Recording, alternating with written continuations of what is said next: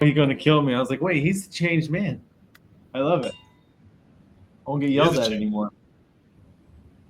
I'm pumped.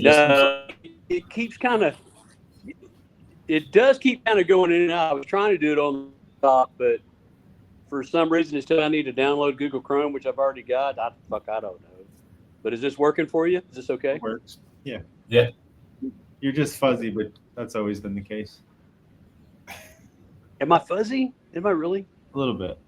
I want to look so good. I'm not walking. I'm walking. Uh-oh. Holy shit. This is not going to work.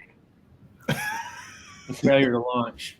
Here comes Jay. Yeah, I think we're going to need a Wi-Fi. Are you connected to 5G or Seems to is be it Wi-Fi cutting in on and your out. phone? I'm trying to get it on the laptop here. Okay. Yeah, hang on a second. Oz just came out from behind the curtain. I'm so sorry.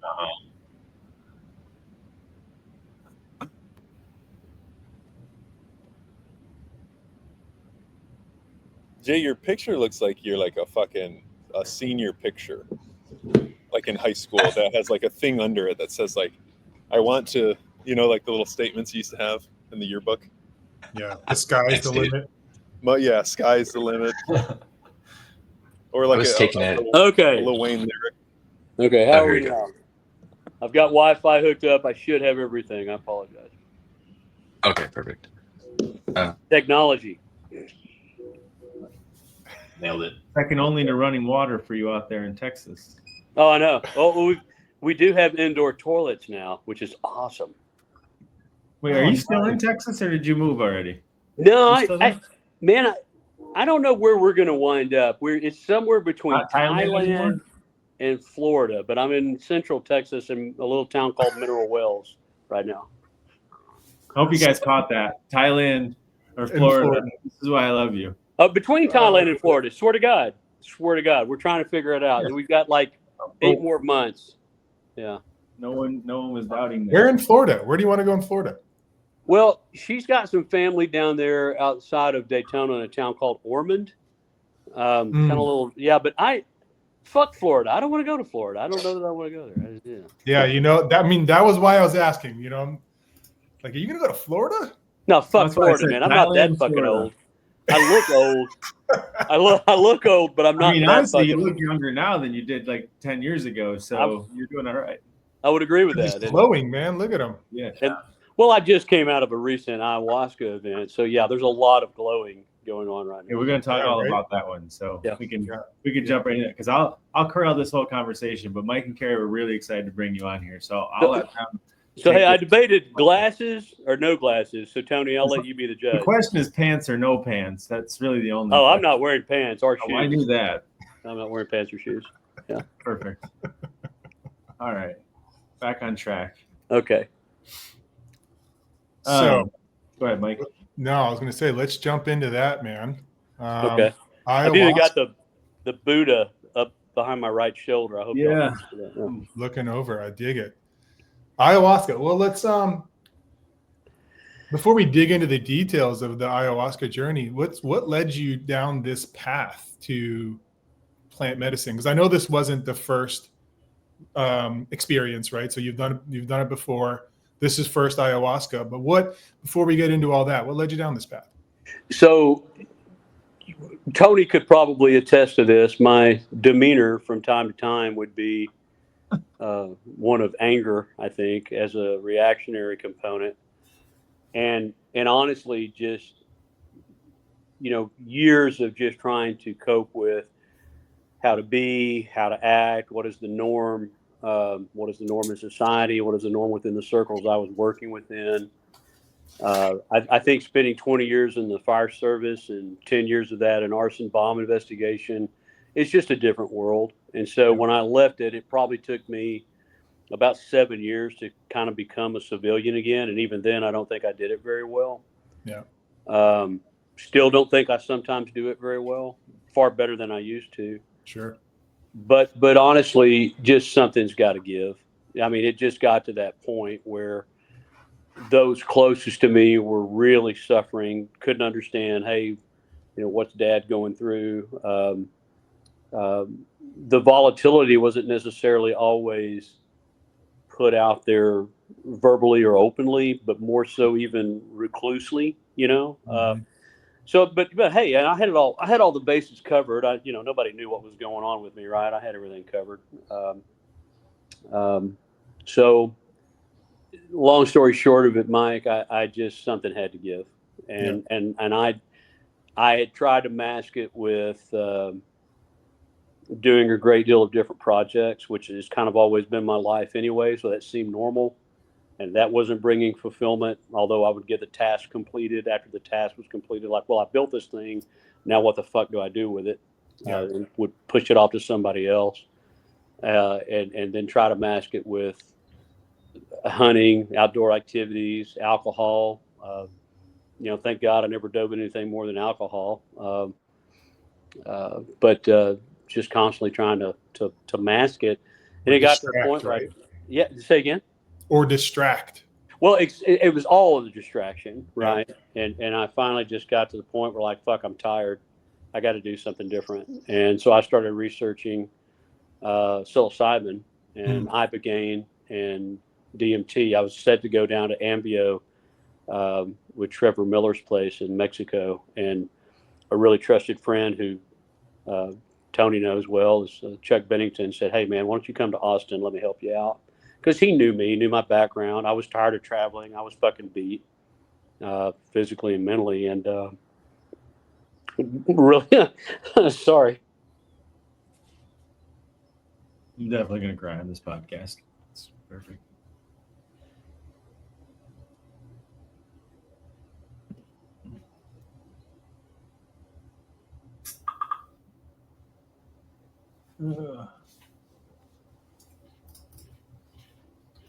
This is gonna be a wild ride for me. Am I back? Yeah. Are you there? Yeah, we got you. Shit. No, you're back. You just gotta bring the microphone back on. Here's... Oh man. You're on, man. We can hear you. Fuck. Oh, You there? I'll text them. All right.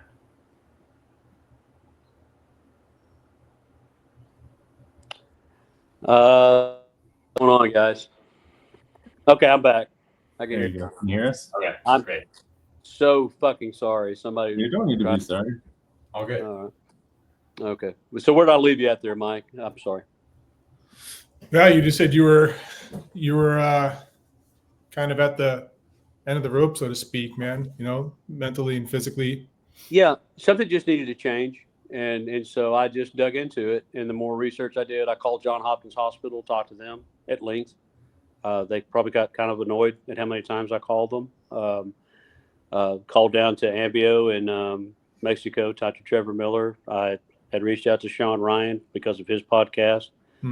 And all of those things led to the ultimate, hey, something's got to give. And I reached out to Chuck Bennington, who used to work with me and kind of my COO of the seminar we were teaching. Long trusted friend. And he just said, hey, man, I know you don't need to head off to Mexico. You need to come to Austin. And so, yeah, just went ahead and decided to dive into the psilocybin component and really thought, what's so funny is comparing that time, which was 2 years ago, to most recently in Blanco, Texas, doing the ayahuasca thing. I really thought I had done something. I thought I had really dove in and leaned into it. And I just came to find out that wasn't the case. I didn't even begin to scratch the surface of what grandmother and grandfather could call through ayahuasca in that ceremony. It was an absolute paradigm shift, and I'm literally still processing. I'm about 2 weeks out, so I apologize up front for any emotional outbursts. But no, I'm still processing it, writing feverishly. I did some DMT, 5-MeO DMT in Arizona in another ceremony, and although it is an incredible quick burst into it and out of it, just was nothing in comparison to the retreat, the 4-day retreat that I recently did. And And right now I'm trying to make plans to go to Peru to the source. But yeah, that's a short answer. Yeah. Yeah. I mean, ayahuasca will open you up, man. You said you're still processing after 2 weeks. I went in March. I think I'm still processing. So in a good way. I mean, it's just long-term integration. There's just so much that came out of those three ceremonies with it. Yeah. How many did you do while you were in? So where did you say you were? In Blanco, I went through a company called Sacred Relations Healing. His name is David Hall. He's a former Green Beret, I think also a Ranger out of the Army, just retired. He started his training in 2018, and his wife, Danielle Hall. Turns out they've got some CrossFit connection going way back here in Texas. So we kind of, reconnected there. But one of the things that really spoke to me about Dave was just his, I think, willingness to understand the plight that men go through who serve or who have given. And so that was, for me, just a huge reason to step into his circle, and was just blown away by their professionalism, their expertise, their knowledge base in it. Right now he's sitting with the plant medicine out in Peru, and he's coming back into another retreat in July. And I'm seriously considering that or August possibly. But yeah, sorry, I segued there a little bit. No, that's it's incredible, man.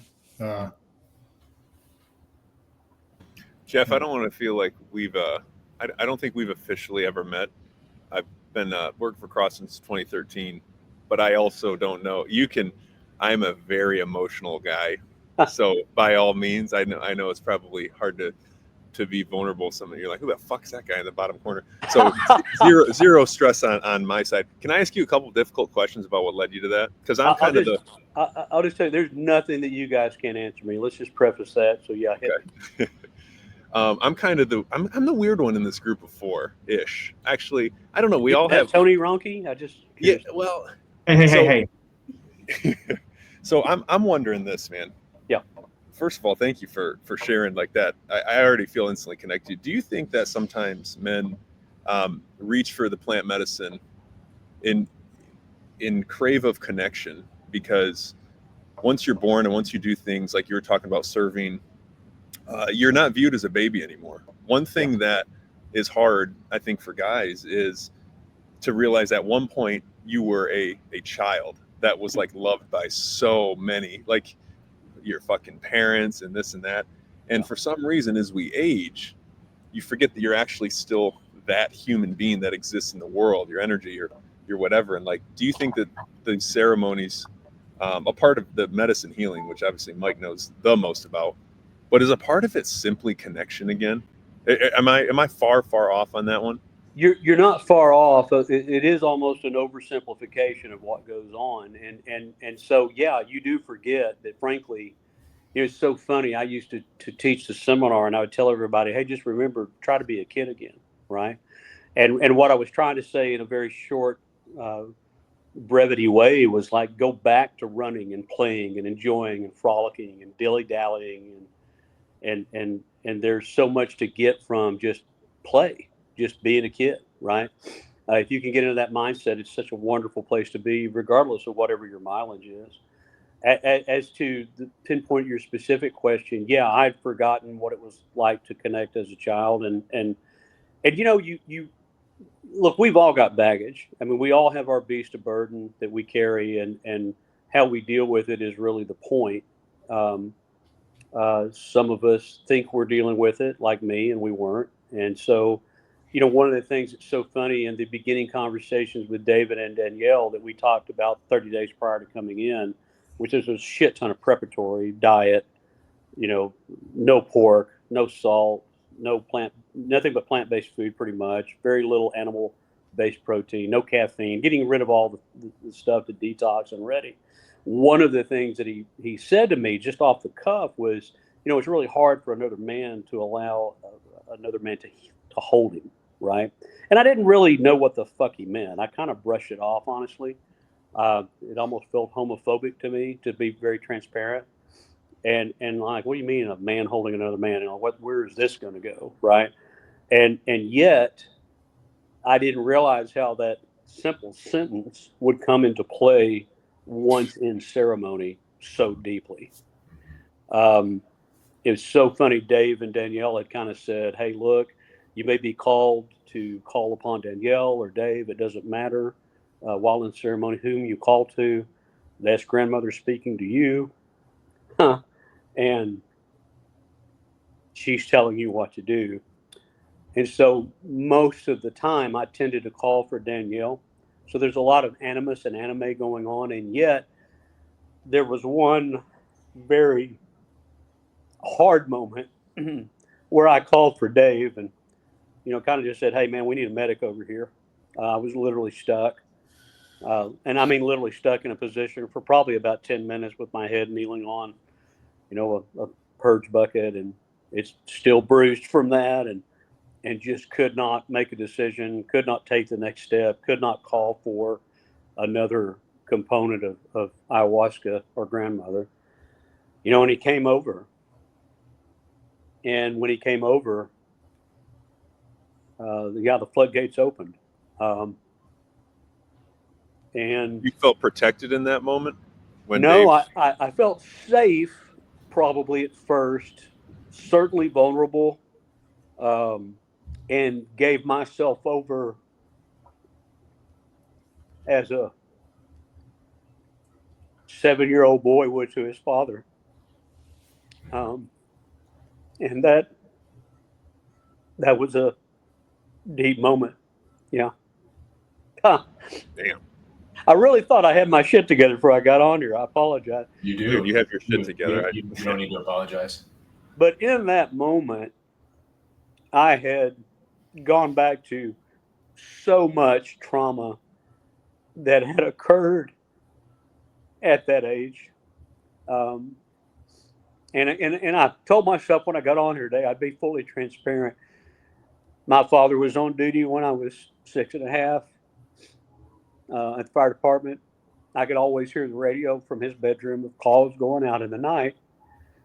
And I woke up and went into the kitchen, and there in the living room saw, my mother with another man, and thought I had always dealt with that. And the next day, letting my father know, who came home from duty, what I had seen and dealt with, was a paradigm shift in my life forever that frankly has always followed me in every relationship, both male, female, girlfriend, wife, etc., and not really knowing the depth of trauma that created, and then having to spend the rest of my life with eyes upon me from a mother who saw me as the reason for that betrayal being exposed, or all the bevy of things that came from that experience. And so to give myself over to Dave, who in that moment was certainly a brother. I was 6 and 7 again. And then the other thing was the amazing portal and channeling that occurred of the overlay of my father over Dave and that experience, and getting to communicate with Jack, my father, was extremely powerful. Didn't know that was possible. It was not just a mental aberration.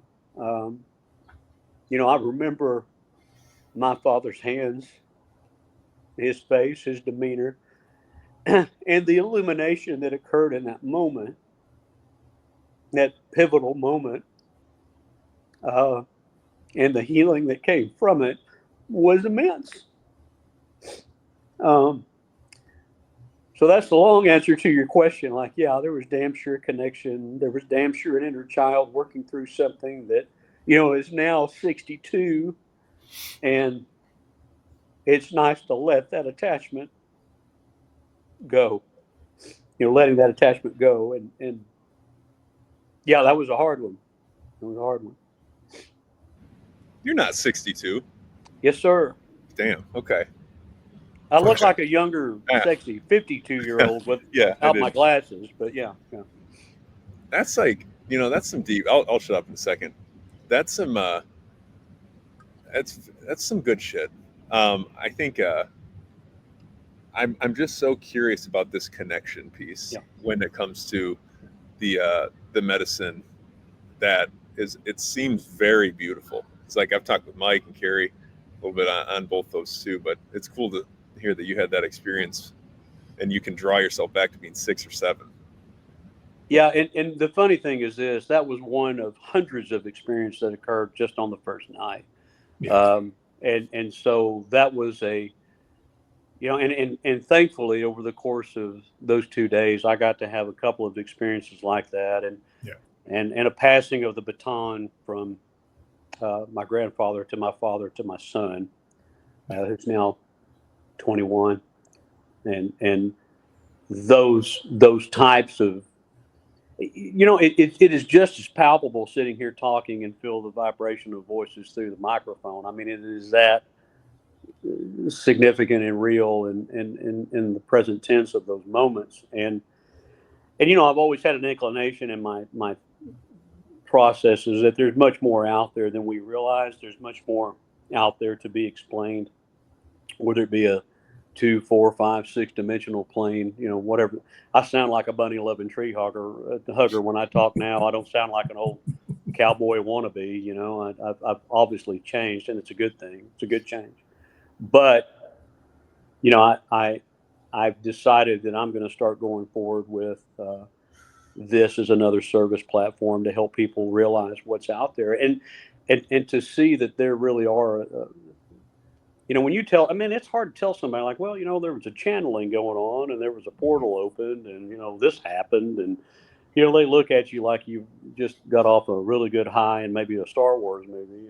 And so, it's interesting, but it is there. It's undeniable. It's undeniable. And when you have seen what has maybe been unseen for so long, it's just one of those things that become a reality. After the second night, I turned to Danielle and we were talking about an integration moment. And I said, well, for me, it is the knowledge that surpasses all understanding. I finally understand what that means. And, I could tell you what it's like to go be a firefighter and put on 84 pounds of gear and go fight a fire and pull somebody out of it. But until you fucking do it, you don't know what it's like. And you really don't know what your flight or fight syndrome is going to be. And you don't know if you're going to be the one that goes in and says, fuck this, I'm out of here, this isn't for me. Or, well, I might taste eternity here shortly. But because someone else could need help or need your service, you say, fuck that, I'm going in. And you find out who you are. And once you know who you are, then it's undeniable. You know your path. And the medicine does the same thing. Once you realize what is there for you and there for others and how you can be better for others, it's undeniable. Like, I probably owe Tony a wealth of compliments, but more so I owe him a wealth of apology. No, don't even say that. Yeah, I do need to say it. I say it humbly and with reverence, because I know who I was back then, and pride and ego really ran the day. And I still did some good work, and I know I did. And I did some good work through people, and I know that's good. But I wasn't 100% authentic. And that is one of those things that I will not go back to again. I will be honest and transparent and 100% authentic. And if it is of service to somebody, awesome. And if somebody thinks I'm a fucking weirdo, that's okay. Hold on, That's Jeff. okay. Mike, I know what you're gonna say. I know Mike's. One more second. I've actually my next goal in life is to define big terms more for my kids, for my wife, for my life. And there's big words you said like trauma, but I do want to touch on the authenticity piece, because don't guilt yourself if you don't think you're 100% authentic all the time, because authentically I walk around with no clothes on. Yeah. Right. Authentically, I walk around and I think I'm a little more confrontational or extremely loving, to the point where it would be it doesn't necessarily exist in society. I can't walk up to somebody in Walmart who I didn't like the way they did something and knock them the fuck out. Or I can't walk up to someone in Walmart and be like, hey, for some reason I'm feeling some insane love for you right now. I want to give you $1,000. I mean, I could, but Yeah. it don't. So don't think you. It sucks because like we're put on this earth, and to be 100% authentic, you pay a huge price, maybe get thrown in jail, put some clothes on, like, so ultimately, like, can't guilt. I've had to learn. I'm speaking to myself too, Sure. when I'm saying that, like, because I've been like, oh man, am I being authentic in this moment? I'm like, wait a minute. I can, but I just want to say that. No, I appreciate that. And that's not to, I've gone down that river of guilt. I have, in multiple relationships and encounters. And if I stay in that river of guilt, it's a downward spiral. It serves nobody. I get that. I get it now more fully than ever. But I do acknowledge it, because it is my way of reaching out to those who have also served me and said, hey, look, I was lackluster then. Allow me to at least let you know I acknowledge it. And I'm going to let you know that I'm going to do better going forward. And you can either accept that apology or not, and that's okay. Over time, I hope it'll be that you reach out to me and know that I'm a better man because of them. And even if that time I wasn't quite where I needed to be, or hitting the mark fully, that is my Shit.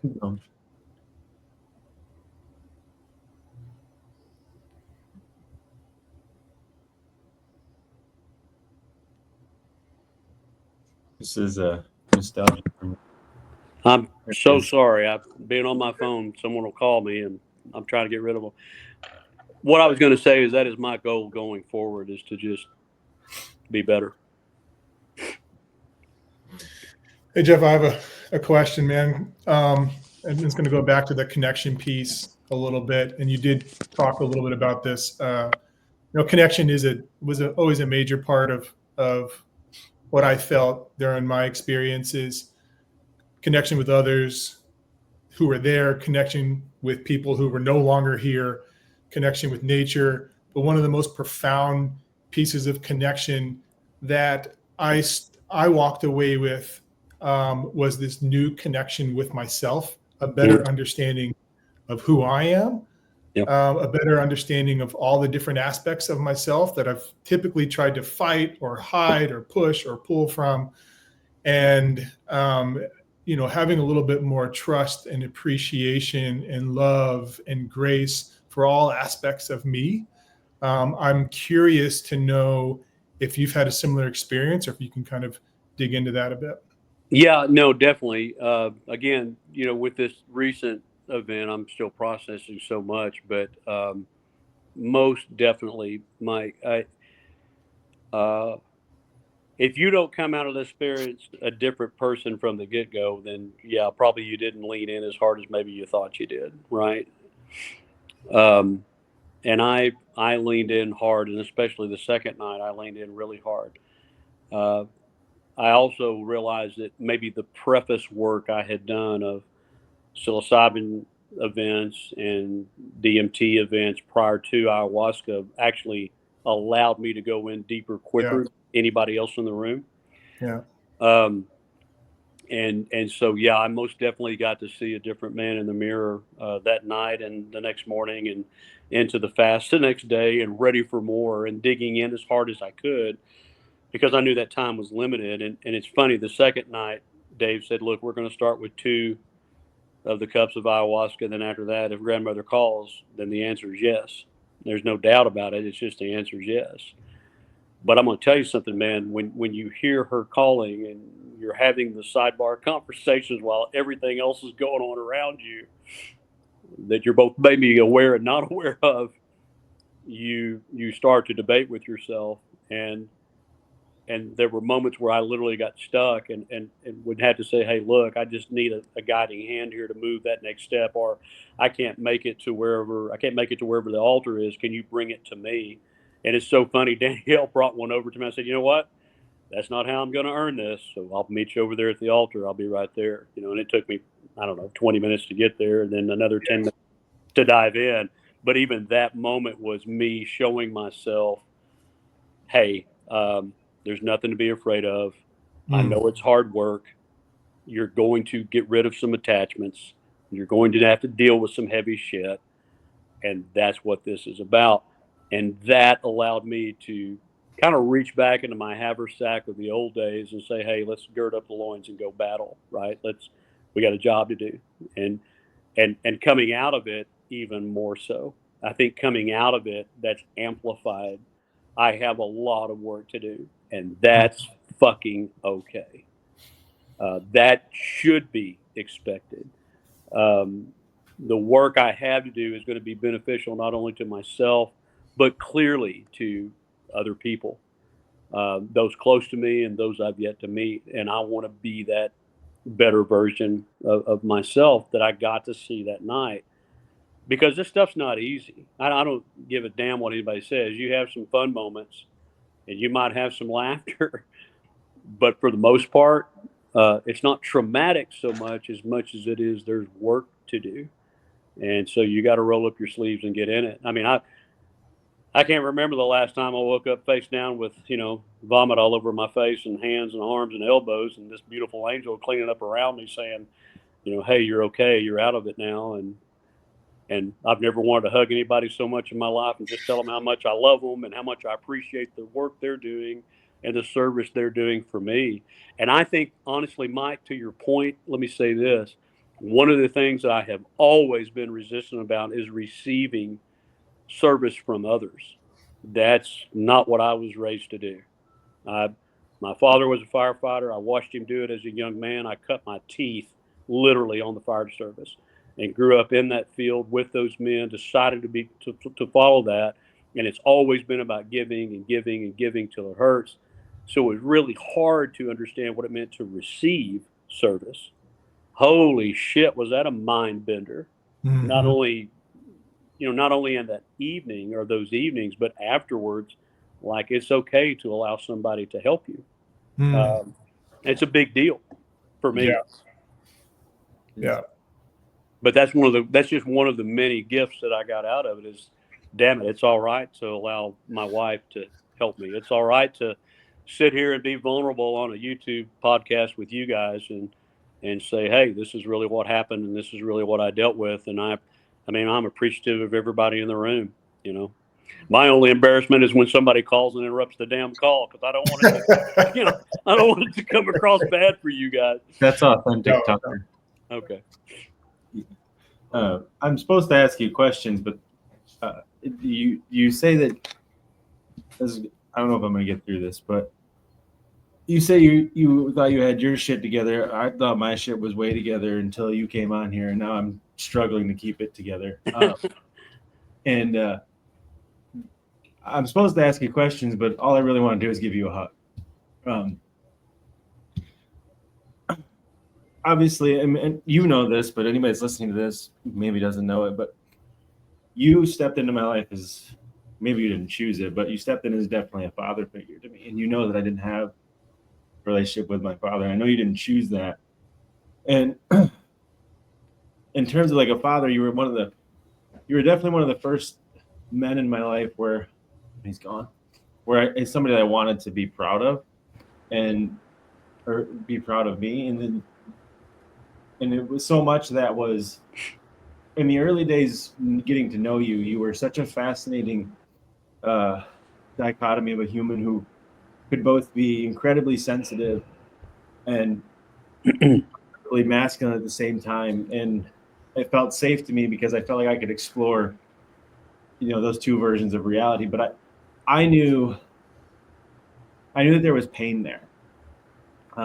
I could feel it mostly because I knew that you would share it with me. And I always wanted to help somehow. And I thought the way that I could do that was to like make you proud of me. And I tried really hard. And the reason why this is cathartic to me is that even when Oh, you were man. you good there? Can you hear me? Man, I can now. I'm so sorry, Tony. You're good. It doesn't. Most of that doesn't really matter. That's me admitting it. The thing that I think is interesting is that I walked out of the elevator in Austin like 2 years ago. You look like a completely different human. Stood like a completely different human, and now you communicate like a completely different human. So to me, the thing that is so powerful is seeing a person who I loved so much and worked so hard to try to find help on their own. And I've always thought that like help is my duty. And so when I see how much peace you have now and how happy you are now, I was not prepared for the level of peace and gratitude, I think is the words that brought to me. Because I mean, I love you to the moon and back. To me, it's truly a gift to see you be able to step into this space. I don't know if I ever thought it was going to be possible or what it would look like for you to do it, but I'm just happy you're on this side of it. Well, man, that means a great deal. And I remember that time in Austin and even wondered if I was even doing anything right for you at that time. I remember that time in Missouri where we were together and I could tell you were going through something. I clearly was going through something. You know what's interesting? I'll tell you the hard part about that, Tony, and that kind of dovetails into your conversation point is when it's time for change, when you actually ask the universe for change, when you ask for all these things to come to fruition that you know you need, there's going to be a ripple effect. Some things are definitely going to change. There are going to be some people who are, I wouldn't necessarily say harmed, in their mind probably so, but it's because they have to adjust to the new frequency that is occurring both in themselves and myself and others, because when I accepted the change, everything changed. Not just for me. My former relationship changed. You know, I was no longer married to that person that I had spent 32 years with. You know, and at that time, that was probably a pretty demonstrative change for them, maybe even welcome, but still a challenge. I know it was for my kids. And that's still going to be an ongoing process that needs to occur. But the ultimate thing, even with you and I, is for the better.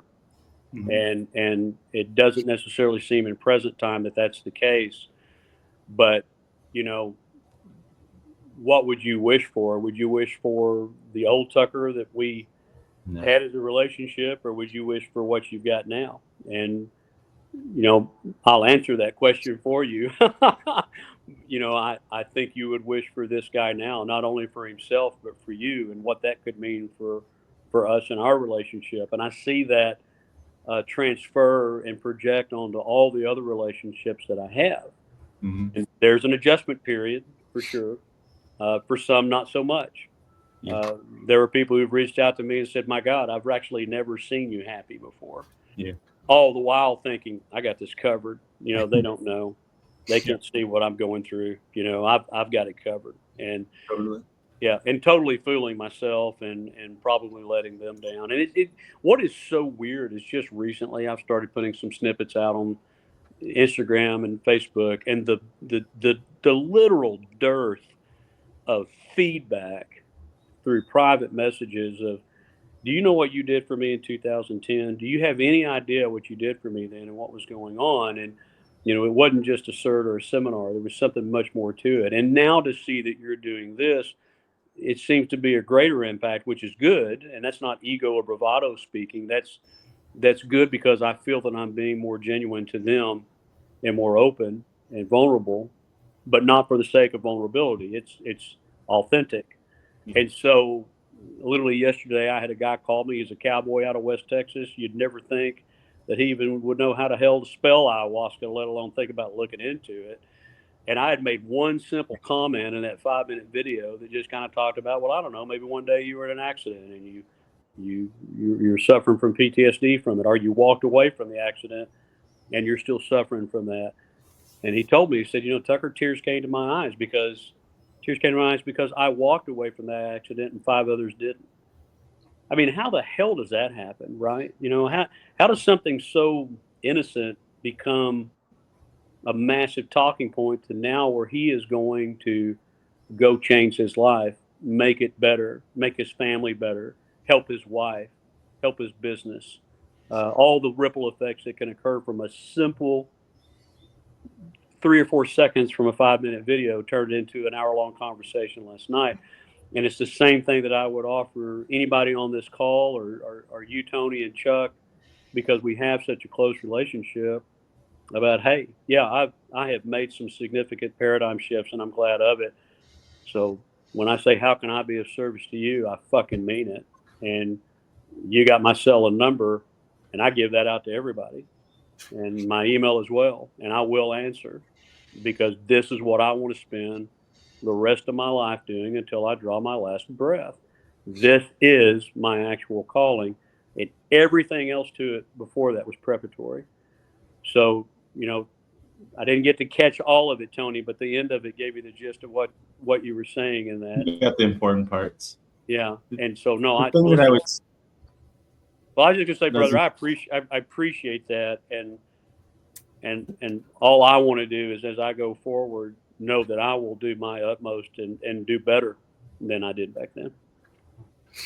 You did. I mean, there was a lot to that moment that you're referring to, and honestly, that moment was a crystallization for me. In that, again, I didn't have a relationship with my father. I had a relationship with you, and then I had a very combative relationship with every male in my life.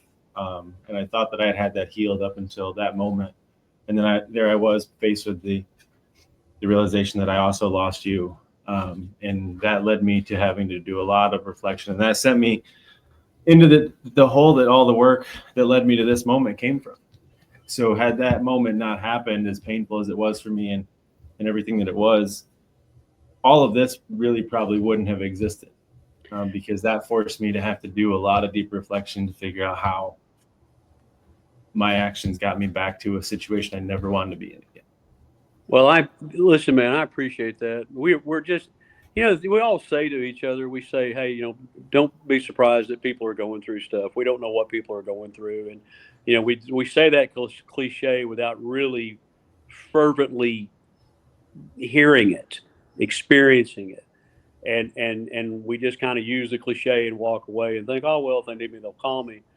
Or well, I hope I did okay. I'm sure I probably fucked it up. But the reality is, if we lean in and we're present in those moments, just like we were at the hotel in Austin that day when we flew down and met, I felt like I was doing the right thing. I'll never feel like I did it 100%. And I would always pray for somebody to have a better father figure than me. But that's just my self-deprecation. The reality was, I felt like I was doing you a service. You had done a great deal for me. And let's continue that going forward, and I appreciate all of your sentiment there. And it's also, damn it, it's nice to know that you've helped somebody, even when you are at your worst. Totally. And I think that's one thing I can be proud of. If I look at my past, I've had a lot of bad moments, but even at my worst, even when I was at my lowest, the one thing that I know that I've been really good at is continuing to at least reach out, put my feelings aside, put my issues aside, and how can I help you, right? And a lot of times to my detriment, but that's okay. I think that's what a service mindset is. I'm not a fucking Mother Teresa or anything, but I really, I'm trying to lean in even harder now as I go forward, because I've got limited time here. I'm not going to be on this little blue ball for who knows how long. So I want to keep digging in. And brother, I appreciate it, and I love you. And I love you. And I can't thank you enough for the countless times you showed up teaching that seminar, both from my instruction and your own pizzazz. You know, I mean, we helped people. And the real reality is this. I'll say this and I'll shut up. It wasn't a gymnastics seminar. I mean, we taught some cool stuff and some tricks, and we taught strong people that they probably weren't as strong as they really were. But at the end of that damn course, the last 5 or 10 minutes was really what that course was about. And that was, hey, I challenge you to go forward and be of service to others, whether you're a coach, a lawyer, a terrorist hunter, fireman, doctor, whatever you are. All of our callings in life lead down to one thing, and that is that we're on this little blue ball to take care of each other and be of service to each other. And I believe that then, and more so now.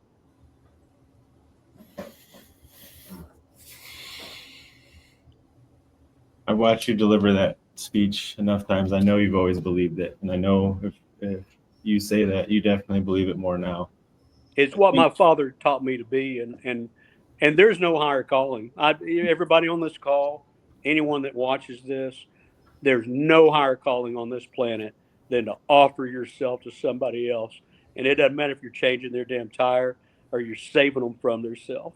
That's what we're here to do. You never know the ripple effect of 5 seconds or 5 minutes or 5 hours will give somebody. One of the reasons, Mike, too, that I've dove into this, your question earlier, is because I'm a phenom at I'm a newbie at this. I'm not a phenom at it. And I know that within the last 2 years, I have been an integral part of showing somebody a conduit to their misery that has literally saved their lives. The only thing that was keeping them hanging on was their dog or their fucking cat. Mm-hmm. You know, former operators, soccer moms who had all but given up, and they just didn't want to leave a mess for their damn pets to clean up. How pathetic and sad is that, right? How low is that? So to know that I have been able to say, hey, this is what I did. This is what changed my life. This will help you. Let's get rid of the boogeyman. Let's get rid of the stereotypes. Let me tell you what I went through. I believe in it so much that I truly prescribe it to those closest to me, blood relatives, right? And I know this works. And it's not a cure for all. It's not a magic bullet. It's not overnight. You got to lean in. But that was one of the biggest things I got out of it. It has helped my wife, Jeannie, off of Adderall, off of Trazodone, anxiety under control, ADHD under control. Haven't taken Adderall since age 18, and now off of that stuff. And then what I've seen it do for other men and women who are hooked on hard drugs are those that have fallen into such a spiral that they know no other way. So to pull that curtain back and lift that veil and let them see that there is something that will make a paradigm shift is huge. And that ripple effect will continue on in their lives, in their families' lives, in their friends' lives. They're going to have a constant positive effect as they go forward. So, sorry, I segued there a bit. I apologize. No, I think it's beautiful. Jeff, we've met a couple times, but one, unfair because both times you were doing something more important than I was. You were, I took the gymnastics course in probably 2010 in Austin, and then I came to Hell's Half Acre and competed in 2010 as well, and that was miserable. So thanks for that. Yeah. But that rig's still there. One of the I saw that place a year ago. Like, oh shit, this is way different. We can't run through those people's backyard anymore.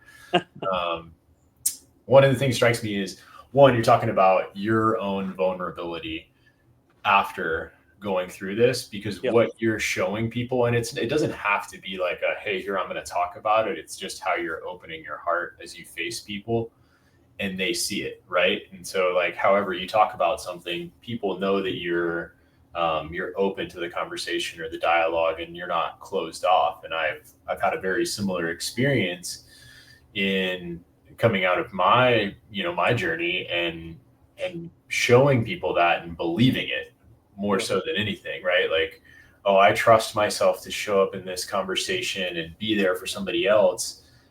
And then it's mirrored back to you tenfold. And So I just wanted to call that out. But I think one of the other things that you talked about quite a bit, that leaning in and the work you're doing and the writing, and what does that look like? What does the work look like, and what does leaning in mean for, kind of the folks that might not have gone through anything yet? That's a damn solid question, and I do remember you. And I apologize for Hell's Half Acre. We were young and stupid back then. I had a great time. But it was a good time. We didn't kill anybody, and we survived the tornado. Barely. Good, Yeah. Man, I guess let me start by what it means for me, because this is my future event horizon, and what I think that also should emulate to other people if they so choose. So for the last few, I say the last few years, definitely the last 2 years, because I've been processing since June, Father's Day, June of 2023. That's when I did my first journey. Prior to that, I was just lost for 10 years, just lost. Keeping the brave face up, the mask on, taking care of everybody. Hey, I've survived a pandemic, fucked that up too, but still survived it. And, opened a business, got it shut down 3 months after the pandemic, a brewery of all places. Man, did I not need to be in a fucking brewery. Good God. We made damn good beer, and I made sure of it because I tasted it often. But what it means to lean into it now is to truly not deny the calling that is in front of me, because the universe is banging on my door, and it is saying, this is what you need to do and what you're going to do.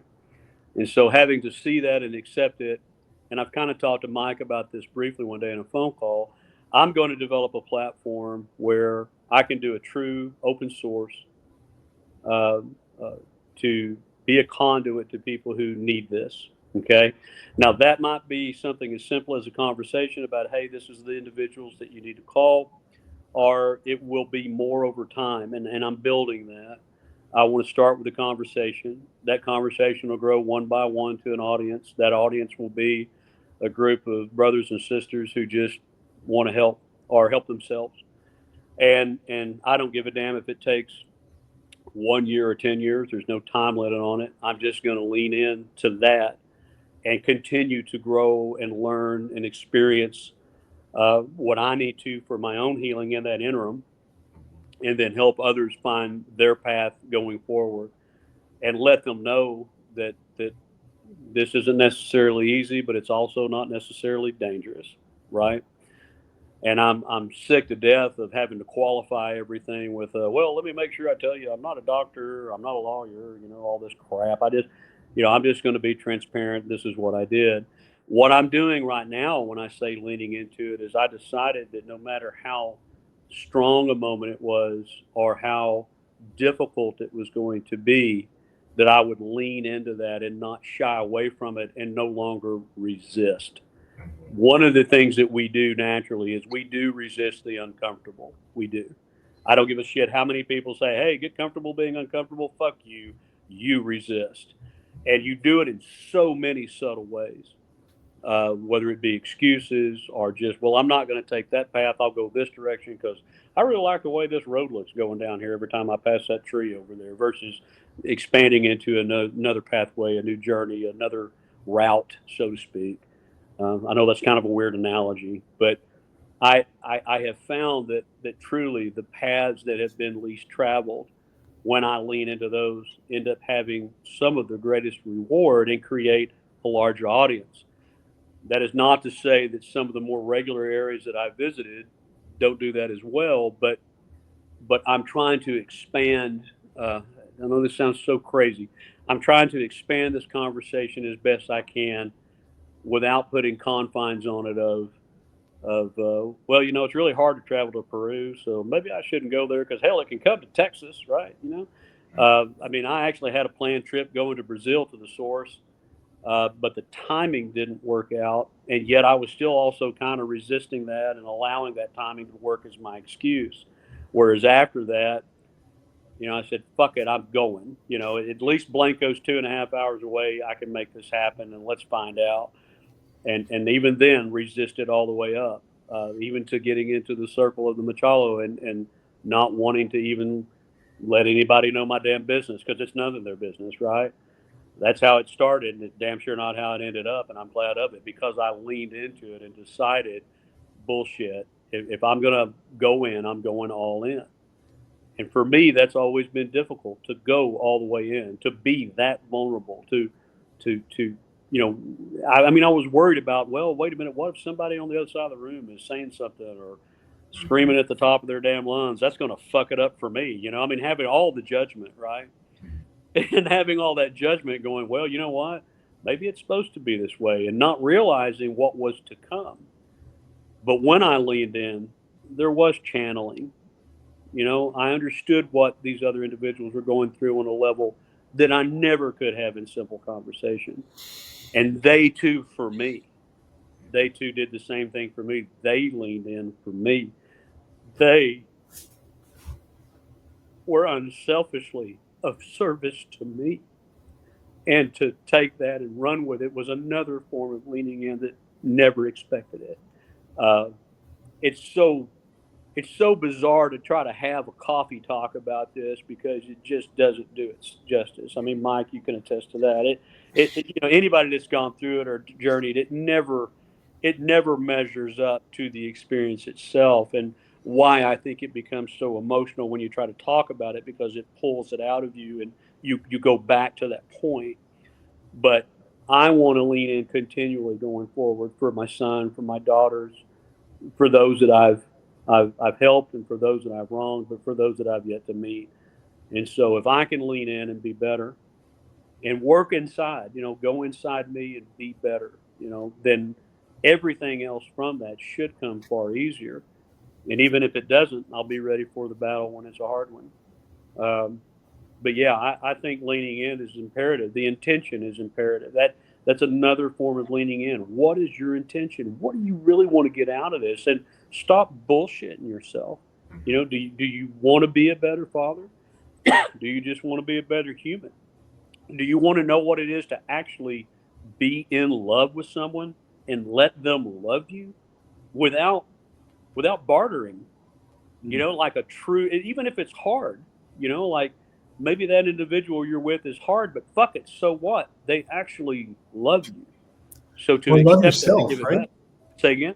Or love yourself. Or love yourself. Fucking A. I mean, to look in the mirror and go, hey, I need to be proud of this man. I mean, think of how many times all of us has said something negative about ourselves and what manifests from that. The thing that you're saying, right? I'm too old. I'm out of shape. I'm broken. My knees don't work anymore. Whatever the fuck it is. Or you could say, well, hey, I'm going to take care of my body better. I'm going to take care of those knees. I'll find a way to adapt. I am worthy. That was one thing I got out of the experience the second night was, damn it, I'm worthy of this. And how many times I've told myself, even jokingly, I'm not worthy. Tony will attest to this. I self-deprecate all the fucking time, and I won't take a fucking compliment. Well, I'll take one now. And I am worthy, and I'm more than capable to do this work. Even though I'm a newbie to this, I will become a phenom in this service platform. I'm going to help people, and I don't give a damn if it gives me $1 or not. It's not about the revenue stream either. When I say open source, that was one of the things that really pissed me off about CrossFit over time. It wasn't really the open source it attested to be. Not on the level that it needed to be. And that's not a shot. It's just it didn't rise to that full occasion. Yeah. That's what I want to do with this. I want to bring it to a level of true open source.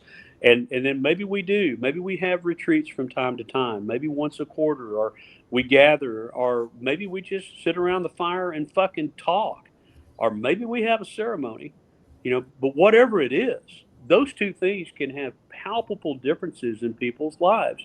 And that is what I personally have washed over for decades. I never realized the level of even simple conversation or taking a phone call and saying you matter by giving someone time, how much that was a shift in their lives. And now that I know it, I'll be damned if I don't acknowledge it anymore, because I'm going to continue to do it. It fills my cup to know. And I get these, I used to get these emails all the time when I was part of the seminar, but I still get them today. and they're not as heavy as they used to be, but that is also going to be forthcoming as I open this conversation and out to the public whom I know and beyond, is that, damn it, you matter. And a phone call matters, and time matters. And I don't have unlimited time, but if I've got 30 seconds or 30 minutes or 3 hours, whatever you need, something's going to come from that. And something that's going to come from that is going to be for them and for me. And it'll be a continual ripple effect. But imagine if hundreds of thousands of people did that. Imagine if millions of people did that. How different this planet could be. How better their lives could be. Because, God damn it, we all matter. We all matter. And so, yeah, to your question, that is how I want to lean in. And I want to lean in hard. And I guess I feel a very strong conviction for that, because I also know something else. And I wished I'd have learned this when I was 20. You know, they always say they're not making any more land, you better buy some. Well, fuck that. They're not making any more time. You better use it while you got it. Mm-hmm, for sure. My humble view. Yeah. I'll give you a compliment and a testament that you'll definitely become a phenom in this. I've watched you reposition and pivot to enough things and do really well at all of them. But I'll also tell you that in terms of something that you have done, this house, this friendship, all these people that I know wouldn't have been possible if it wasn't for you. You believed in me in a time when I wasn't really worth being believed in, and you gave me a shot. You showed me the world. You gave everything that you could to me. I mean, sure, you can look back and say you could have given me more, but I wouldn't be the person that I am today if you didn't take that chance on me. Well, I accept that. I receive it, and I am humbled by it. And Tony, you fucking earned it. And you know, I'll tell you something. Jeannie and I talk about this all the time. We knew each other for 16 years. Much like you, she came on in the early courses. I needed help. So talented. And she's probably one of the few women on this planet that I can say I fully respected as a colleague and a woman. You know, we were never anything but the best of friends and chums. And then to get reacquainted with her back in 23 was a mind blower, because getting married again was not on my bingo card. But when we talk, but when we talk about all of the things that happened to even be here in this moment on this call with you fine gentlemen, here's one thing. If I didn't take the risk to move out of a 1,200 square foot piece of shit studio and build GSX, none of this would have happened. If I didn't decide, you know what, they need a gymnastics seminar coach because they don't have one, and I'm going to be that guy, this never would have happened. If Jeannie had never called me in 2008 and said, hey, I saw a couple of your videos, would you come teach at my place, Jeannie's CrossFit in Virginia Beach? None of this would have happened. I wouldn't be sitting here today. So imagine if I decided, fuck it, I'm not going to take the risk. I'll just stay in this little piece of shit studio and teach tumbling, you know, and go get my PhD in history and pontificate history to others. I wouldn't be where I'm at right now. And I thank God and the universe every damn day that I was willing to take those risks in order for you and I to have these experiences. And what a waste, what an absolute waste if I had not decided to say, fuck it, I'm going for it. Or let someone not tell me no. You know, you're going to tell me yes. And if it's not yes, I'll find another way. But brother, you've earned it. You've more than exceeded my expectations as a coach and a friend. And I'm forever grateful. I mean, one of the reasons that I had the ranch was because of the staff that worked for me. It's never been lost upon me. I don't know if I could ever repay that debt. So that's another reason I lean in. I want to be worthy of your praise. I'm just glad I don't got to carry telephone poles across the ranch anymore. Yeah. Watching out for rattlesnakes. Not as grateful as Pamela is that she doesn't have to carry them in her allergic reactions. But bless her heart, she's just very sensitive. I love her to death. I love you. I'm so grateful for the journey that you're on. I'm grateful that you're sharing with other people. I'm grateful that you're here. I'm grateful that you contacted Mike when you did. there's could be a million conversations, and I think we'll have a lot of them. I look forward to having more of them with you, but I'll just start crying again. So I love you. Well, I love you guys, and I really appreciate the questions and the conversation. And yeah, it's unfortunate you can't do this in an hour, but the cool thing is we can continue the conversation, right? Absolutely. And that is the thing. Let's all lean in and continue the conversation and be a service to people. Give you a hug. Well, shit, man, I'll meet you anywhere. See you in Jackson. Yeah, I'll meet you anywhere. But guys, I really appreciate the platform. Appreciate you. If I can in any way be a service to any of you on here or off here, you let me know, okay? Absolutely, brother. Absolutely. All right. Appreciate that. Thank you so much, man. Peace, guys. Love Thanks, you. guys. Good. How do we end Is this? that okay? Yeah, it was great. You crushed it. Jay Man, just I'm got come out from behind the curtain and hit end on the recording. Well, I was trying real hard to get it on the damn computer, but shit, man, We made it work. No, you this crushed StreamYard for some reason has kind of been a bitch for me. I did a recent one in Australia, but anyway, I apologize for the people calling it on my damn phone. I heard most of what you said, Tony, and really, man, means the world to me. All you guys, just really appreciate it. Jeff, it's super interesting, man, because, and I've talked to a few other people about this, but there's some everybody has their own unique experience with these plant medicines, whether it's psilocybin or ayahuasca or whatever else they might try, ibogaine, etc. Oh, we lost it. It's getting a lot of phone calls. Okay, you back? Yeah. Holy shit! The last thing I heard was ayahuasca. Yeah. So, when I listen to you talk about it, it just reminds me so much of my time in Peru. Can you hear me? I'll be right back. 1 second, it'll pop back up. Everybody's abandoned ship. Oh, it's so good. Hey, Mike, call me. Yeah. Can you call I'll me? give you a call. I'll give you a call Okay. back. All right, buddy.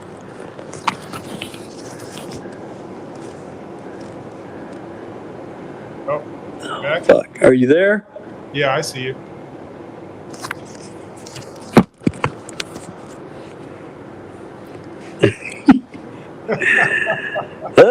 Fuck. You there? Hey, I'll give you a call. call me. I will. Okay? Yep. Can you call me? Yep. I will. Okay.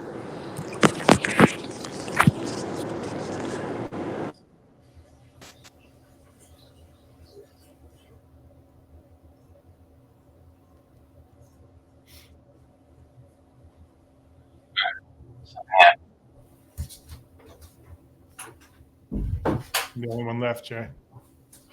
Are we going to be doing a recording of the intro? Or is that still happening? Yeah, we want to do that. I didn't know if I didn't know if you were going to stop. I guess I didn't grasp. I think I might have to stop just because I want to get Jeff's upload. Yep, that's a good point. Yeah.